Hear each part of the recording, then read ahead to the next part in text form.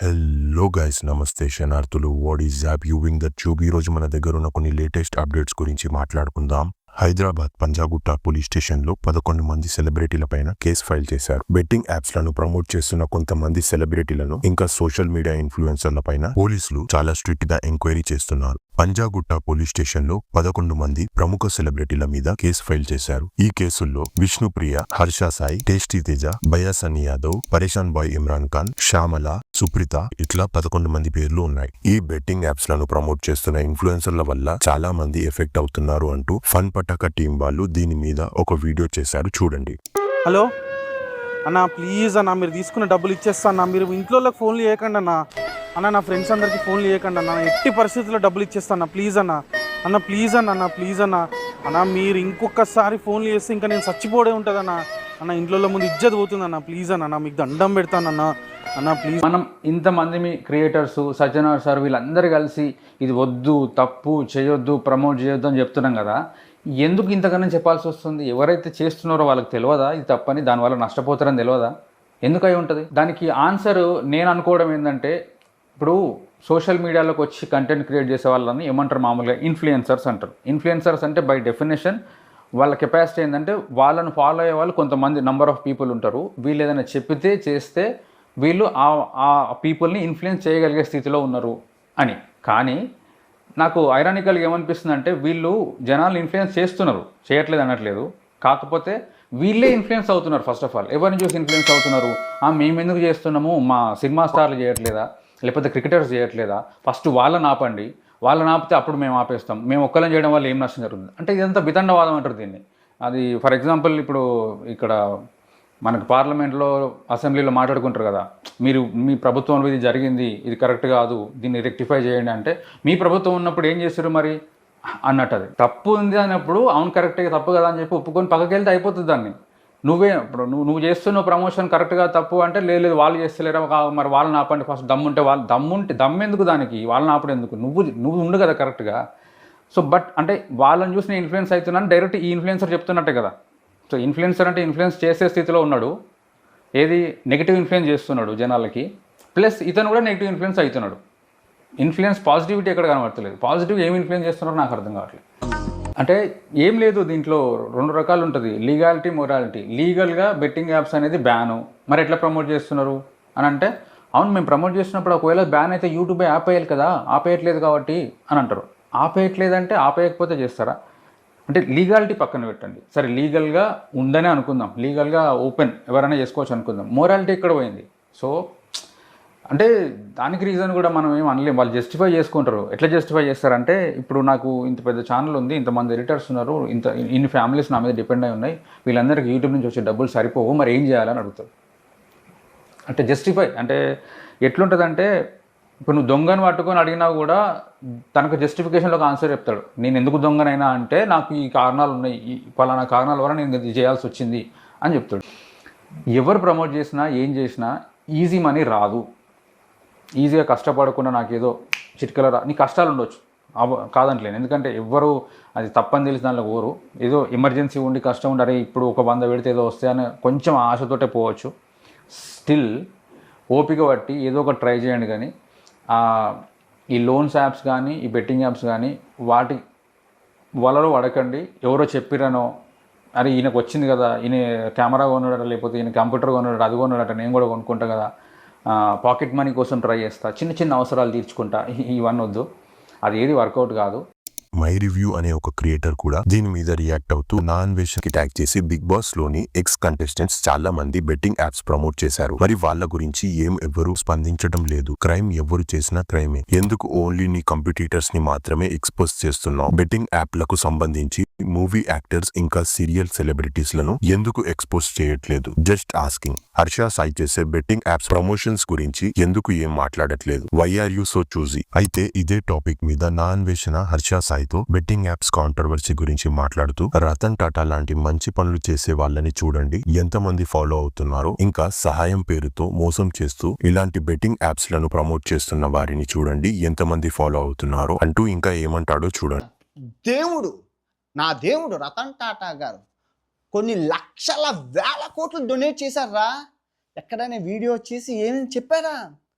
అటువంటి దేవుణ్ణి 1,000,000 మంది 10 లక్షల మంది ఫాలో అవుతున్నారు. ఇటువంటి దెయ్యాన్ని కసాయి గాన్ని 2 కోట్ల మంది ఫాలో అవుతున్నారు ఇన్స్టాగ్రామ్లో. మొత్తం అంతా కలిపి 10 కోట్ల మంది వీరికి ఫాలోవర్స్. నకిలీ సమాజాన్ని నాశనం చేస్తూ సమాజాన్ని సహాయం పేరుతో మోసం, దగా, కుట్ర. ఎందుకంటే ఇచ్చేది 10 రూపాయలు, తీసుకున్నది ₹1,00,000. అందులో మళ్ళీ బెట్టింగ్ యాప్లు, చిన్న పిల్లలతో బెట్టింగ్ యాప్లు ప్రమోట్ చేయించారు. చిన్న పిల్లలతో బెట్టింగ్ యాప్లు ప్రమోట్ చేయించారు. చూడండి, ఒకసారి చెక్ చేయండి. గడిచిన 5 సంవత్సరాలుగా నేను చెప్తూనే ఉన్నాను, సహాయం పేరుతో మోసం చేస్తున్నారు. మోసగాడు, కుట్ర, దగ.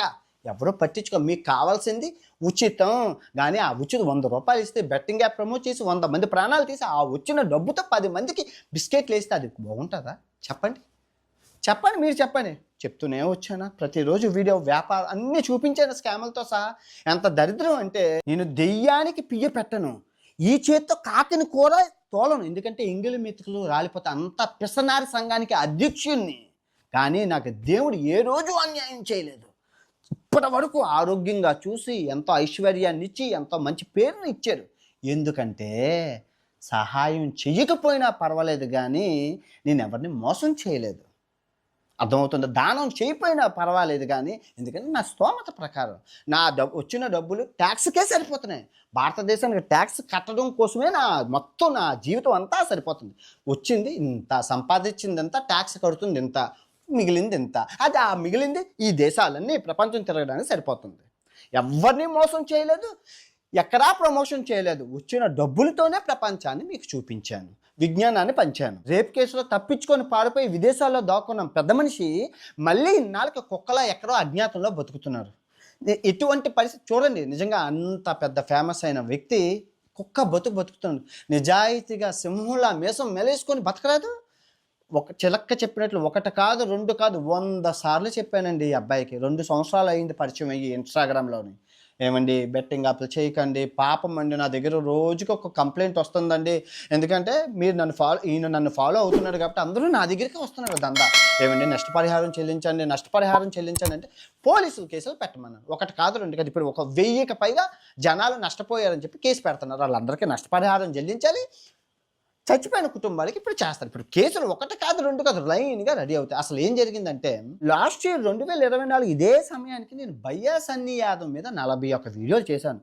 తర్వాత జరిగిన 3 నెలలకి యువ సామ్రాట్ అనే వ్యక్తి ఈ హర్ష సాయి మీద పోరాడారు. సో నేను యూరోప్ యాత్రలో ఉండడం వల్ల నన్ను రమ్మన్నారు మాటగా నేనేం మాట్లాడలేదు. ఎందుకు అంటే, నేను ట్రావెలింగ్ చేసుకోవాలి. ఇవన్నీ నేను ఇక్కడ ఉన్నాను, ఉత్తర ధ్రువం దగ్గర ఉన్నాను, ఆర్కిటిక్ సర్కిల్లో ఉన్నాను, సిగ్నల్ ఉండదు, ఏమీ ఉండదు. వీళ్ళు చూస్తే రండి మాట్లాడండి అంటే నాకు అవ్వదు సార్. నేను 10 లక్షలు ఖర్చు పెట్టి పడవ ప్రయాణం చేస్తున్నాను, అది ఇంపార్టెంట్, నాకు ఇది ఇంపార్టెంట్ కాదని నేను వాళ్ళకి చెప్పాను. ఎవరికి? ఈ యువ సామ్రాట్ గారికి. ఆ తర్వాత రమాబోయ్ అని ఒక అబ్బాయి కూడా అతను కూడా చేశారు. సో ఇక్కడ ఏం జరిగిందంటే, హర్ష సాయి స్వతహాగా ఇన్ఫ్లుయెన్సర్, యూట్యూబర్. సో ఆ యూట్యూబర్, ఇన్ఫ్లుయెన్సర్ తెలివితేటలు, దాంతో ధనబలం అన్నీ ఉన్నాయి.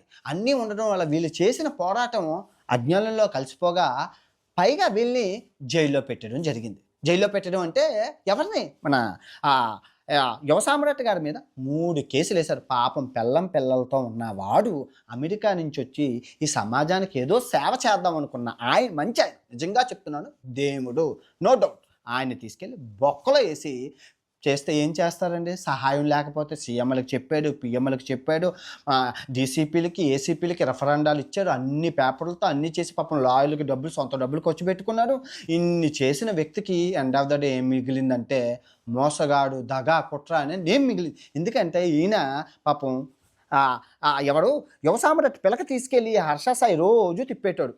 నువ్వు నా కాళ్ళ దగ్గరకు వస్తావా, జైల్లో పెట్టించిన, మరి అమెరికాలో జాబ్ పోతుంది, పాస్పోర్ట్ సీజ్ అయిపోతుంది అని చెప్పి తప్పుడు కేసులు పెట్టించడం వల్ల ఈయన జైల్లోకి వెళ్ళి ఆయన దగ్గరికి వెళ్ళి ఇంకా ఆయనే జనం అందరూ నమ్మక ద్రోహి, మోసము, ద్రోహి అంటే నేను చాలా బాధపడ్డాను. నేను ఏడ్చిన సందర్భం కూడా ఉంది. అయ్యో, నాకు తెలుసు ఇది ఏదో జరిగిందని తెలుసు. ఎందుకంటే వాడు సిస్టమ్ని అందరినీ హ్యాండిల్ చేయగలడు. బోల్ డబ్బు ఉందబ్బా, 100 కోట్లకు పైగా ఉంది.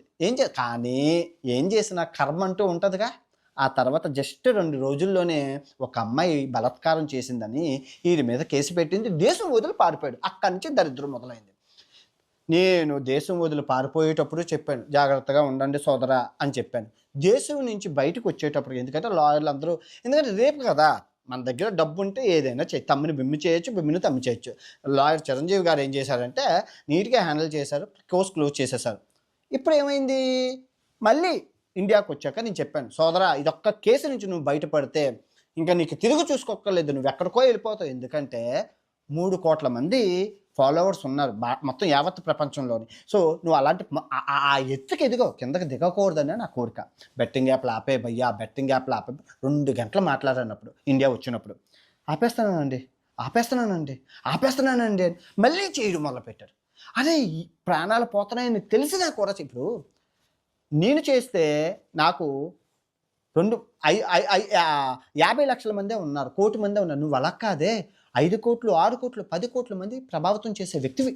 ఎందుకంటే నువ్వు మంచి పనులు చేస్తున్నావు. మంచి పనులు అంటే అందరికీ ఇష్టం, అందరూ నిన్ను దేవుళ్ళలా చూస్తారు. హర్ష సాయి కసాయి అని ఎవరికీ తెలియదే. ఆ లింక్ నొక్కి ఆడిన ప్రాణాలు ఎన్నో మంది పోయారు. నా దగ్గర ఎన్నో వీడియోలు ఏడుస్తూ మాట్లాడిన వీడియోలు ఉన్నాయి. రేపు ఇదే సమయానికి నేను అతను మాట్లాడినవన్నీ చూపిస్తాను, డేటు టైము అన్నీ, అసలు ఏం మాట్లాడడం, ఎలా మాట్లాడడం, ఆయన వాయిస్ రికార్డుల్లోనే మీరు విందురు. నిజమైన హర్ష సాయి యొక్క స్వరూపాన్ని మీరు రేపు చూద్దరు. ఈరోజు నేను చెప్పను. నేను ఈ ఉత్తర ధ్రువం ఆర్కిటిక్ ఇక్కడ ఉన్నాను కరెక్ట్గా 24 గంటలు మాకు సూర్యుడు ఇక్కడ ఉంటుంది, మీ అందరికీ తెలుసు, చూపించాను ఆర్కిటిక్. అక్కడ ఉండేటప్పుడు నాకు మెసేజ్ పెట్టారు, అన్వేష్ గారు అర్జెంట్ కాల్ మీ అని చెప్పి మెసేజ్ పెట్టారు, మీరు చూస్తున్నారు కదా. సో వెంటనే నాకు ఇంటర్నెట్ ఉండదు, అక్కడ ఇంటర్నెట్ ఉండదు. నేను పోతే పోనీ ఇంత పెద్ద యూట్యూబర్ ఏ కష్టం వచ్చిందో ఏమో అని చెప్పి నేను ఏం చేశానంటే శాటిలైట్ ఇంటర్నెట్ $100 అంటే 88,000 రూపాయలు తీసుకొని ఫోన్ చేశాను. ఫోన్ చేస్తే ఇలాగా యువ సామ్రాట్ గారు నా మీద ఎక్కేస్తున్నారండి, లేనిపోయిన కేసులు పెట్టారు. అప్పటికి రేప్ కేసు అవ్వలేదులేండి, లేనిపోయిన కేసులు పెట్టారు, ఏం చేయాలో తెలియట్లేదండి, మీరు చెప్పండి అన్న. నేను అన్నాను, ఏముందండి, మీరు బెట్టింగ్ యాప్లు చేశారు కదా, ఇప్పటికీ బోల్డ్ డబ్బులు సంపాదించారు కదా, మీరు బయటకు వచ్చేసి నేను ఇంకా చెయ్యను, ఇదే లాస్ట్, ఇక నుంచి నేను చెయ్యను అని తెల్ల జెండా ఊపేయండి. తెల్ల జెండా ఊపేసి ఎవరికైతే నష్టపరిహారం చెల్లించాలో చెల్లించేయండి, ప్రాబ్లం సాల్వ్ అయిపోతుంది అంటే ఓకేనండి అదే చేస్తానండి. ఎవడో చేస్తారని చెప్పి నువ్వు చేయడం ఏంటి, వాడెవడో చేస్తే ఆ విజ్జు గౌడు, చందు వీళ్ళందరూ చిన్న యూట్యూబర్లు అండి, చిన్న చితక, వాళ్ళ వల్ల నష్టం 1-2% ఉంటుంది. వాడు చేసిన దానికన్నా 3 కోట్ల మంది ఆరాధించే దైవం నువ్వు చేస్తే నష్టం ఎక్కువ ఉంటుంది. ఎవరన్నారు అదవా, ఇంత చిన్న లాజిక్ మిస్ అయిపోయావు ఎందుకు?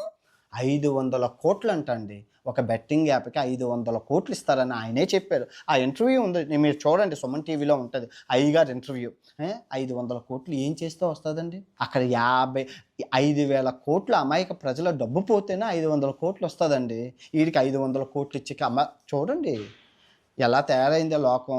ఈ సమాజాన్ని ఎవడు కాపాడుతారు? నాకు ఈ సమాజాన్ని ఈ బెట్టింగ్ బోతం నుంచి ఎవడు కాపాడతారండి? హర్ష సాయి గురించి 2020లో మీకు చెప్పాను, 2021లో మీకు చెప్పాను, 2022లో మీకు చెప్పాను, ఆయనకి చెప్పాను, 2023లో మీకు చెప్పాను, ఆయనకి చెప్పాను, 2024లో మీకు చెప్పాను, ఆయనకి చెప్పాను, 2025లో ఆయనకి చెప్పి లాస్ట్ 4 రోజులుగా ఏమండి పోలీసుల దగ్గరికి వచ్చి సరెండర్ అయిపోండి, తెల్ల జట్ట ఊపియండి, నేను చెప్పింది చెప్పండి అంటే అహం బ్రహ్మస్మి, నేను గొప్ప, నన్ను ఎవరు ఏమీ చేయలేరు, నా దగ్గర డబ్బు ఉంది, ఏదైనా చేయగలను అహంకారంతో విరవిగుతాను. ఈ వీడియోకి ముందు కూడా ఆయనకి కాల్ చేశాను, కాల్ రికార్డులతో సహా. రేపు అన్ని ప్రూఫ్లు మీ దగ్గర తీసుకొస్తాను. దానికి న్యాయం మీరే చేయండి. ఇప్పుడు ఈ వీడియోకి న్యాయం, రేపు వచ్చే వీడియోకి న్యాయం మీరే చేయాలి. హర్ష సాయి కూడా అతని ఆడియన్స్ కి కానీ వ్యూవర్స్ కి కానీ నష్టం కలిగించే ప్రమోషన్లు ఏ మాత్రం మేము చెయ్యము. బెట్టింగ్ కి సంబంధించింది ఏదైనా సరే రాబోయే రోజుల్లో ఎంకరేజ్ కానీ ప్రమోట్ కానీ అస్సలు చేయము అంటూ ఇన్స్టాగ్రామ్ లో స్టోరీ పోస్ట్ చేశాడు. ఈ వీడియోకి రియాక్ట్ అవుతూ యువ సామ్రాట్ గారు, ఇది చాలా మంచి డెసిజన్, ఇప్పటి నుంచి హర్ష సాయిని ఎవరైనా ట్రోల్ చేస్తే బాగుండదు, హర్ష సాయికి నా సపోర్ట్ ఉంటుంది అంటూ అప్రిషియేట్ చేస్తూ వీడియో పెట్టారు. చూడండి. నేను ఈ వీడియో థ్యాంక్ చేయకుండా ఉండలేకపోతున్నాను ఈ పిల్లోడి మెచ్యూరిటీకి. 24 ఇయర్స్ ఈ పిల్లోనికి, కానీ ఈ పిల్లోని మెచ్యూరిటీకి నేను హ్యాట్స్ ఆఫ్ అండ్ థ్యాంక్స్ చెప్పకుండా ఉండలేకపోతున్నా. ఇతను ఇవాళ ఒక వీడియో చేశాడు చూడండి, ఇది చెప్తే ఎవడు నమ్మలే, ఏది హర్ష సాయి ఇంకా బెట్టింగ్ యాప్స్ చేయడు అని అంటే ఎవరు నమ్మలే. చూడండి ఒకసారి. నష్టాల గురించి అవేర్నెస్ స్ప్రెడ్ చేస్తున్న ఆఫీసర్స్ కి మరియు ఇతరులకి నా హృదయపూర్వక అభినందనలు. పాలసీస్ లో ఉన్న ఇష్యూల కారణంగా మరియు ఇతర కారణాల వల్ల ఈ బెట్టింగ్ యాప్స్ అనేవి నార్మల్ గానే చాలా మంది ఇగో ఈడ చూడండి, యువ సామ్రాట్ 99 అన్నాడు. ఏది ఏమైనా సరే ఈ సందర్భంగా మేము చెప్పాలనుకుంటుంది ఏంటంటే, మా ఆడియన్స్ గానీ వ్యూవర్స్ గానీ నష్టం కలిగించేది ఏ మాత్రం మేము చేయము. ఈ బెట్టింగ్ కి సంబంధించింది ఏదైనా సరే రాబోయే రోజుల్లో కూడా ఎంకరేజ్ గానీ ప్రమోట్ గానీ అస్సలు చేయము. అలానే మనందరం కలిపి దీని రూట్ కాజ్ ఏంటో కనుక్కొని ఎగ్జాక్ట్లీ. సో దీని రూట్ కాజ్ ఏంటి? ఇప్పుడు హర్ష సాయి అనే అతను బెట్టింగ్ యాప్స్ ప్రమోట్ చేయడం ఆపేయంగానే ఈ బెట్టింగ్ యాప్స్ ఇంకెవరు ప్రమోట్ చేయకుండా ఉంటారా? అది కాదు కదా వాస్తవం. సో ఇక్కడ నేను ఫస్ట్ ఆఫ్ ఆల్ మళ్ళీ చెప్తున్నా, థ్యాంక్స్ అండ్ హ్యాట్స్ ఆఫ్. ఎందుకు చెప్పాను అంటే, ఎస్, హర్ష సాయి గతంలో బెట్టింగ్ యాప్స్ ప్రమోట్ చేశాడు. దానికి నేను ఆల్మోస్ట్ 250 నుంచి 300 వీడియోలు మన ఛానల్లోనే చూసుకోండి కావాలంటే, లేకపోతే నా షార్ట్స్ లో చూసుకోండి, ఓ 300 వీడియోలు చేసిన. అండ్ ఇప్పుడు హర్ష సాయి మీద నేను ఎందుకు కొట్లాడినా? బెట్టింగ్ యాప్స్ ప్రమోట్ చేస్తున్నాడని. అండ్ ద మూమెంట్ అతను చెయ్యను అని చెప్తే నాకు ఆయనకి మన పొలం కొట్లాటలు ఉందా, లేకపోతే సేమ్ ఏజ్ గ్రూపా? నాకు 44 ఏళ్ళు, ఆయనకి 24 ఏళ్ళు. సో పోరి చక్కర్లో మా ఇద్దరికన్నా కొట్లాట అంటే అది కూడా ఉండే పాసిబిలిటీ లేదు. సో ఇప్పటికన్నా కామెంట్ పెట్టే ముందు జర దమాక్తోనే ఆలోచించండి. డెఫినెట్ గా ఇది చాలా మంచి decision Harsha Sai brother. And ఇంకొకటి, ఇప్పటికెళ్ళి నిన్నెవడన్నా ట్రోల్ చేసినా డెఫినెట్ గా నీతోనుంటా. ఎవడన్నా చేస్తాను బొక్కలు ఇరగొట్టడానికి నేను కూడా ఫుల్ ట్రై చేస్తా. అండ్ ఇది మంచి డెసిషన్. క్రియేటర్ రాంబాయ్ కూడా నాన్వేషణ చేస్తున్న బెట్టింగ్ కాంట్రవర్సీ మీద రియాక్ట్ అవుతూ ఏమంటాడో చూడండి. ఒక్క నాన్వేషణ వీళ్ళందరికీ మొగుడు మామ. లిటరల్ గా చెప్పాలంటే చూడు, నువ్వు అబ్జర్వ్ చేయి, వీళ్ళందరూ తల బాదుకుంటూ ఉంటారు. వీడు సంపాదించుకోడు, వీడు మనల్ని సంపాదించుకోనీడు, కోట్లు వస్తున్నాయి కదా, ఏడుపు వస్తూ ఉంటది అనమాట ఒక్కొక్కడికి. అమ్మ కళ్ళమ్మల్ని రక్తము కన్నీరే. నిజంగా చెప్పాలంటే కోట్లు ఇస్తున్నారా? ఈ వీడియో చూడండి. అసలు హర్షసాయి చెప్తున్నాడు కోట్లు ఇస్తారని చెప్పి. బిఎస్వై గాడైతే నాకు తెలిసి మామ బిఎస్వై నిద్ర కూడా పోయి ఉంటారు చాలా రోజులు.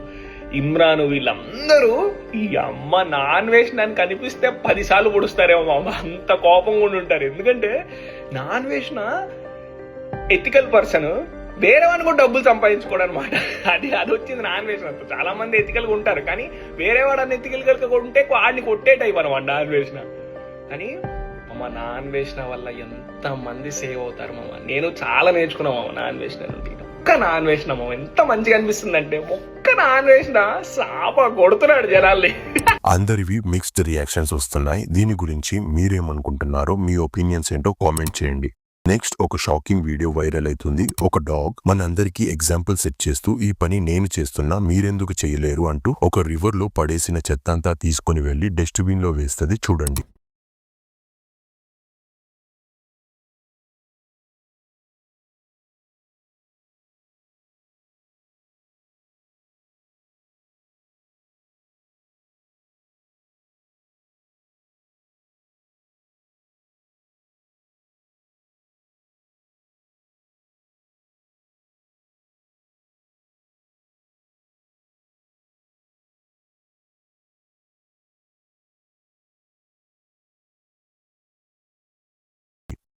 అవును, చెత్తంటే గుర్తొచ్చింది. ఈ వీడియోలో ఈమె చేస్తున్న పనికి మన ఇండియన్స్ చాలా సిగ్గుపడుతున్నారు. ఎందుకంటే మన కంట్రీలో మనం చేయాల్సిన పనులు వేరే కంట్రీ వాళ్ళు వచ్చి చేస్తున్నారు. నిన్నటి నుంచి ఈ జాపనీస్ టూరిస్ట్ అమ్మాయి వీడియో చాలా వైరల్ అవుతుంది. ఫ్రమ్ ఒడిస్సా. ఇందులో ఈ జాపనీస్ అమ్మాయి ఒడిస్సాలోని పూరి బీచ్ దగ్గరున్న చెత్తంతా క్లీన్ చేస్తూ ఒక క్లీనప్ మిషన్ స్టార్ట్ చేసింది. ఆమెను నువ్వు ఎవరు, ఇదంతా ఎందుకు చేస్తున్నావు అని అడిగితే ఆమె దీనికి ఆన్సర్ ఇస్తూ, నా పేరు అకేడాయ్, నేను మ్యూజిక్ ఇంకా యోగా టీచర్ ని. నేను ఫస్ట్ టైం 2022లో ఒడిస్సాని విజిట్ చేశాను. నాకు ఈ పూరి బీచ్ చాలా నచ్చేసింది. అప్పటి నుంచి ఆమె రెగ్యులర్ గా విజిట్స్ చేస్తూ ఈ బీచ్ ని క్లీన్ గా ఉంచాలి అని ఒక మిషన్ లాగా పెట్టుకుందంట. ఆమె ఒక బ్యానర్ కూడా చూపిస్తుంది. అందులో దేవుడు జగన్నాథుడి ఫోటోతో క్లీన్లీనెస్ మెసేజెస్ ఉంటాయి. బీచ్ అంతా ఆ బ్యానర్ తో అక్కడ ఉన్న లోకల్ ప్రజలకు క్లీన్ గా ఉండాలి అని ఒక అవేర్నెస్ రేస్ చేస్తూ ఉంటుంది. ఇలా చేయడం నాకు చాలా ఇష్టం. నాకు తెలుసు ఇక్కడ అడ్మినిస్ట్రేషన్ వాళ్ళు మనుషులను పెడతారు ఈ చెత్తంతా ఎత్తి క్లీన్ చేయడానికి, కానీ నేను నా ఇష్టంతో నా వల్ల అయినంత క్లీన్ చేస్తున్నాను మన ఎన్విరాన్మెంట్ క్లీన్ గా ఉండటానికి.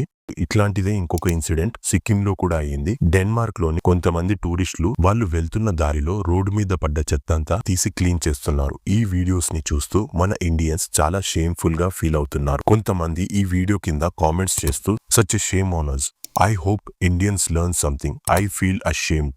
సివిక్ సెన్స్ ఇదంతా స్కూల్లో ఉన్నప్పటి నుంచే నేర్పియాలి అని కామెంట్స్ చేస్తున్నారు. దీని మీద మీ ఒపీనియన్ ఏంటో కామెంట్ చేయండి. నెక్స్ట్ అప్డేట్ పుష్ప పార్ట్ 3 గురించి. రీసెంట్ గా వచ్చిన పుష్ప 2 హ్యూజ్ సక్సెస్ కొట్టి pan India wide box office collections break చేసింది. కానీ దీని పార్ట్ 3 ఎప్పుడు వస్తుంది? ప్రొడ్యూసర్ రవిశంకర్ గారు పుష్ప పార్ట్ 3 మూవీ ఎప్పుడు రిలీజ్ అవుతుందో చెప్తూ దీని మీద ఒక స్టేట్మెంట్ ఇచ్చారు. అప్రాక్సిమేట్లీ 2028 వరకు పార్ట్ 3 వచ్చేస్తుంది. ఈసారి మేము పార్ట్ 2 లాగా లేట్ చేయము. మా వల్ల అయినంత తొందరగా పుష్ప పార్ట్ 3 షూటింగ్ ని కంప్లీట్ చేసి 2028 లోపలనే వచ్చేలాగా చూస్తాము. నెక్స్ట్ అప్డేట్, కొత్తగా వచ్చిన ట్రాఫిక్ వయలేషన్ ఫైన్స్ గురించి మాట్లాడదాం. ఇప్పుడు మీరు ఏదైనా ట్రాఫిక్ రూల్స్ ని బ్రేక్ చేస్తే ఇంటూ 10 టైమ్స్ ఎక్కువ చలాన్ పే చేయాల్సి వస్తుంది. అవును గైస్, గవర్నమెంట్ చాలా స్ట్రిక్ట్ రూల్స్ ని రిలీజ్ చేసింది. మీరు ఈ లిస్ట్ చూడండి.